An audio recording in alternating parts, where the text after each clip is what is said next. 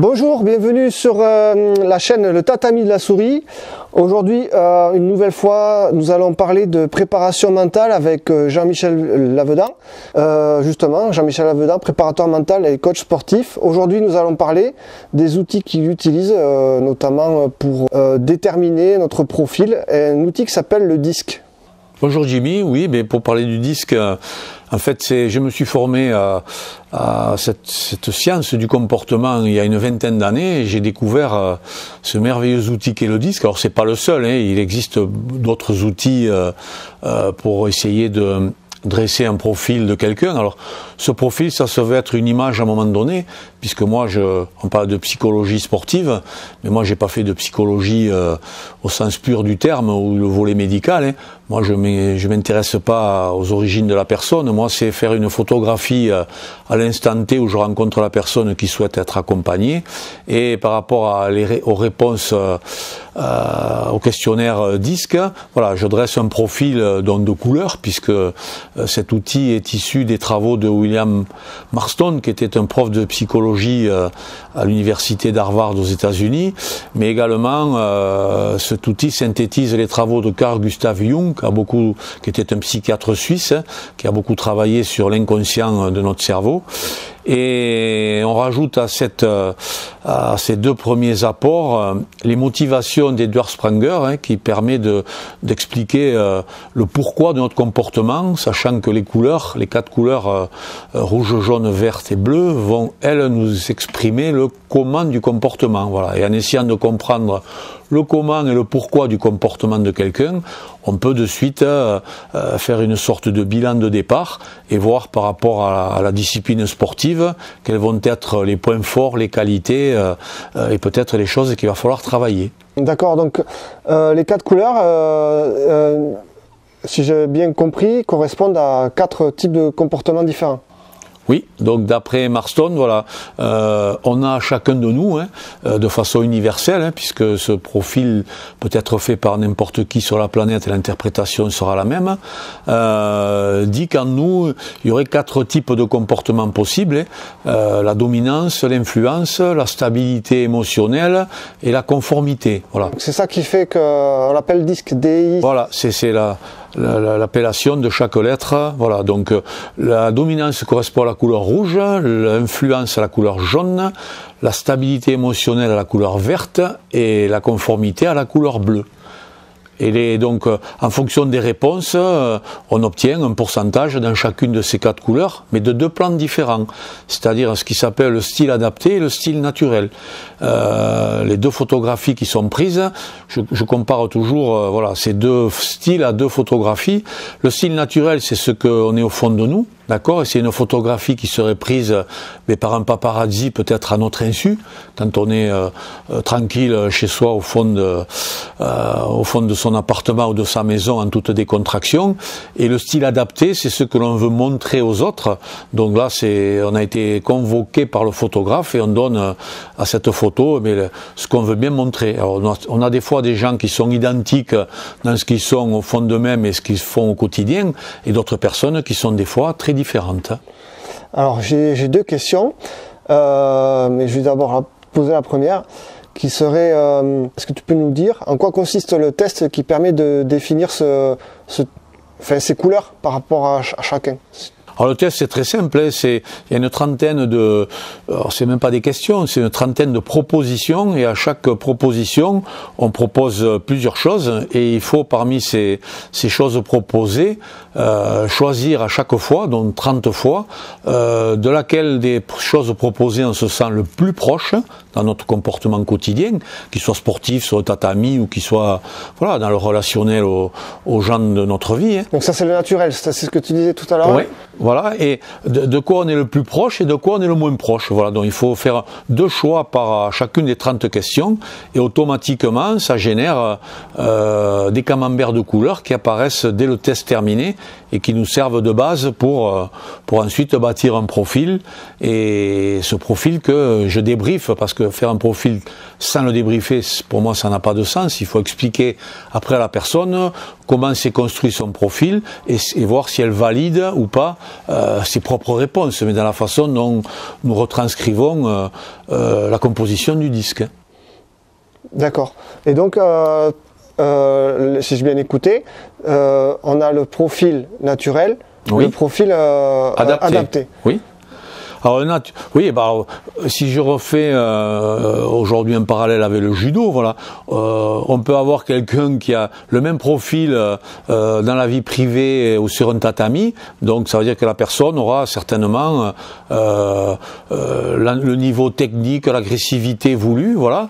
La personne est comme ça dans sa vie privée et elle ne fait que retranscrire dans la pratique de son judo ces mêmes traits de comportement. Mais on peut avoir aussi quelqu'un qui, dans la vie privée, est quelqu'un de très posé, très calme, très doux et qui est capable de se transformer en un vrai combattant, hein, parce qu'on peut pratiquer, moi je le vois au travers de la boxe, comme le judo, on peut très bien pratiquer son sport par plaisir de la pratique sans forcément vouloir être un compétiteur, et après on peut vouloir pratiquer ce sport pour être un compétiteur, mais là, après faut-il que les qualités, c'est pour ça que c'est important de développer son adaptabilité pour que si je veux être un compétiteur d'un bon niveau, il faut que je sois capable d'épouser les valeurs de mon sport dans l'agressivité, dans la détermination qui va m'être demandée. Alors du coup, l'accompagnant, le coach, dans le cas où il se retrouve face à une personne qui est dans la vie normale plutôt posé, qui a besoin d'agressivité pour la pratique de son sport de combat. Est-ce que tu pourrais nous donner sommairement ou nous expliquer la manière dont le coach va intervenir pour lui faire activer cette couleur ou ce trait de comportement? Oui, en fait, il faut savoir que, comme l'explique William Marston et Carl Gustav Jung, en fait, lorsqu'on est enfant, jusqu'à 3 ans, ces couleurs sont toutes développées au fond de nous. Nous sommes à 100% de toutes les couleurs. Et un enfant, tant qu'il n'a pas conscience de sa vie, puisque c'est une éponge on a tous été dans ce passage-là, il réagit comme il entend sans savoir si ça peut gêner ou pas gêner. Voilà. C'est après l'éducation, on nous met dans une sorte d'entonnoir où c'est nous-mêmes qu'allons restreindre, où on nous fait restreindre certains traits de comportement parce que les gens qui nous éduquent considèrent que c'est pas comme ça qu'il faut être. C'est déjà un côté restrictif pour moi négatif, mais bon. Après, le but, c'est de ne pas rester dans cet entonnoir fermé, c'est de retrouver, on dit toujours qu'à un certain âge, il faudrait redevenir enfant pour être épanoui dans la vie. Voilà. Donc moi, avec les compétiteurs, je leur fais mesurer l'écart qu'il y a entre leur nature profonde d'aujourd'hui et l'état de combattant qu'ils souhaitent être, puisque c'est eux qui veulent faire de la compétition. Et on voit par des exercices, alors au judo, je ne veux pas parler de judo, puisque je ne pratique pas et je ne connais pas les spécificités techniques ou tactiques du judo, mais par rapport à d'autres sports de combat comme la boxe pied-point, on développe de l'agressivité par du travail de percussion, du travail moi j'ai des symboles à projeter le plus fort possible sur des tapis au sol ou sur le mur. Voilà. Il faut développer l'agressivité positive qui va ressembler à la gestuelle voulue par notre sport. Donc au judo, peut-être ça sera des mouvements d'arraché, de musculation, ou voilà. Enfin, il faut trouver les exercices spécifiques qui vont correspondre à la qualité physique que l'on veut développer par l'agressivité, par la détermination, par l'envie, voilà. Et c'est bien faire prendre conscience aux combattants que s'il n'arrive pas à retrouver ça en lui, comme quand il était petit, ça va être plutôt compliqué pour qu'il soit un compétiteur aguerri, avec l'envie, la détermination, au moins égale, si ce n'est supérieur à son adversaire, qui lui aura peut-être cette qualité qu'on va retrouver dans la couleur rouge, plus déterminée. C'est sûr que si j'ai du rouge un peu plus naturel, voilà, il ressortira tout seul, inconsciemment, hein, je reprends ce que j'avais dit dans la première vidéo, toujours bien se rappeler que le cerveau fonctionne de deux façons, consciemment et inconsciemment. Inconsciemment, c'est ce qu'on est au fond de nous, et c'est le plus puissant dans notre quotidien, et le conscient, c'est ce que l'on réfléchit, ce que l'on rationalise. Voilà. Donc si j'ai du rouge naturel, eh bien, cette tonicité, cette détermination, cette agressivité positive, parce que l'agressivité négative, c'est la méchanceté. Enfin, on est déjà dans le fait de ne plus trop être dans la réglementation. On est hors des valeurs du code moral du sport. Voilà. Donc je reste sur l'agressivité positive nécessaire dans un sport de combat pour pouvoir gagner. Donc quelqu'un qui ne serait pas très rouge dans sa couleur de domination au naturel a intérêt à le booster à l'entraînement, voilà. Mais il est capable ou il n'est pas capable. Donc s'il en est capable, il pourra devenir un champion. S'il n'en est pas capable, ça sera beaucoup plus compliqué. Ou alors il faudra une grande technicité couplée à une super condition physique. On va retrouver ça dans la couleur bleue, pourra peut-être à un moment donné pallier ce manque. Je voudrais finir avec une dernière question. Étant donné que tu as coaché dans le monde professionnel et notamment Xavier Berger, tu as pu accompagner, et tu nous l'expliques dans une autre vidéo que j'invite à aller regarder. Donc comment tu fais pour coacher, donc en parlant là de boxe, quelqu'un qui pratique la pâtisserie, la chocolaterie, alors que tu n'es pas forcément pâtissier et chocolatier? Comment tu fais pour accompagner ce genre de public en utilisant justement La méthode est la même, c'est-à-dire que je me suis occupé de sportifs. Alors, vous voyez, c'est là que je dis que la préparation mentale a encore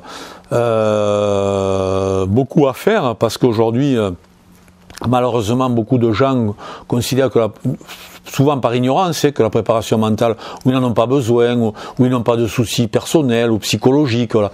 Mais c'est pas ça, parce que j'ai accompagné des sportifs, et aujourd'hui je ne pourrais pas dévoiler leur nom. J'ai joué au rugby avant de faire de la boxe, j'ai accompagné des sportifs, des joueurs de rugby professionnels, notamment aujourd'hui des joueurs qui jouaient en top 14, qui ont même été en équipe de France de rugby, mais qui m'ont interdit de révéler leur nom, tellement, oui, l'image de la préparation mentale, si je m'adresse à un préparateur mental, c'est que je suis sans doute faible mentalement, et c'est le regard que vont avoir les autres sur moi. On est encore dans ces tabous-là. Bon, bref. La comparaison entre le sportif et le professionnel, c'est la même. Alors, bien sûr, Xavier Berger n'a pas eu besoin de la couleur rouge, de détermination ou de s'énerver vis-à-vis du chocolat, voilà. Mais si ça avait été une nécessité pour lui de le faire, je l'aurais incité à se sublimer dans ça, à chercher de l'agressivité, voilà, dans sa posture, puisque le cerveau réagit aux postures que l'on a physiquement, voilà. Bon, mais on a juste trouvé les besoins qu'il avait par rapport à ses couleurs, par rapport à la façon dont il devait penser, effectuer son métier, quoi. D'accord. Ok, donc en fait, faut vraiment apprendre à cerner l'individu pour... Oui, et après c'est l'adaptabilité entre, justement, c'est là que le profil nous aide. Les couleurs parlent. Dans chaque couleur, on voit en quoi la personne va être à l'aise dans son métier ou dans son sport par rapport aux valeurs de ses couleurs, et les manques qu'il peut y avoir dans des couleurs plus faibles, des manques spécifiques bien précis, et c'est sur ces points-là aussi qu'on va travailler pour progresser. D'accord. Donc là, tu nous as dépeint le rôle du coach en fait sur l'utilisation de cet outil.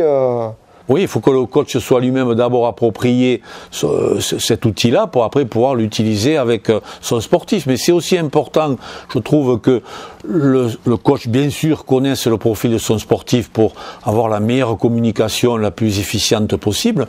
Mais c'est aussi important pour moi que l'élève, l'athlète, connaisse le profil de son entraîneur, justement, pour établir la communication. Ça marche dans les deux sens. Si l'entraîné ne connaît pas le comportement de son entraîneur, c'est plus compliqué pour lui.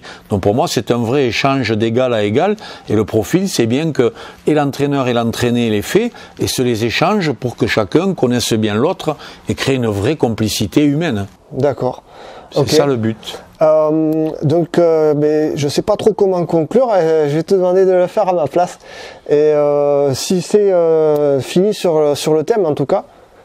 Oui, mais non, on va continuer, je pense, dans les prochaines vidéos à redétailler tout ça, et je ferai en permanence, lorsqu'on abordera les outils de la préparation mentale, je ferai sans arrêt des allers-retours avec les couleurs pour voir la correspondance et pour voir à quelle couleur correspond tel outil ou comment j'utilise tel outil en fonction du profil de telle ou telle couleur de l'athlète.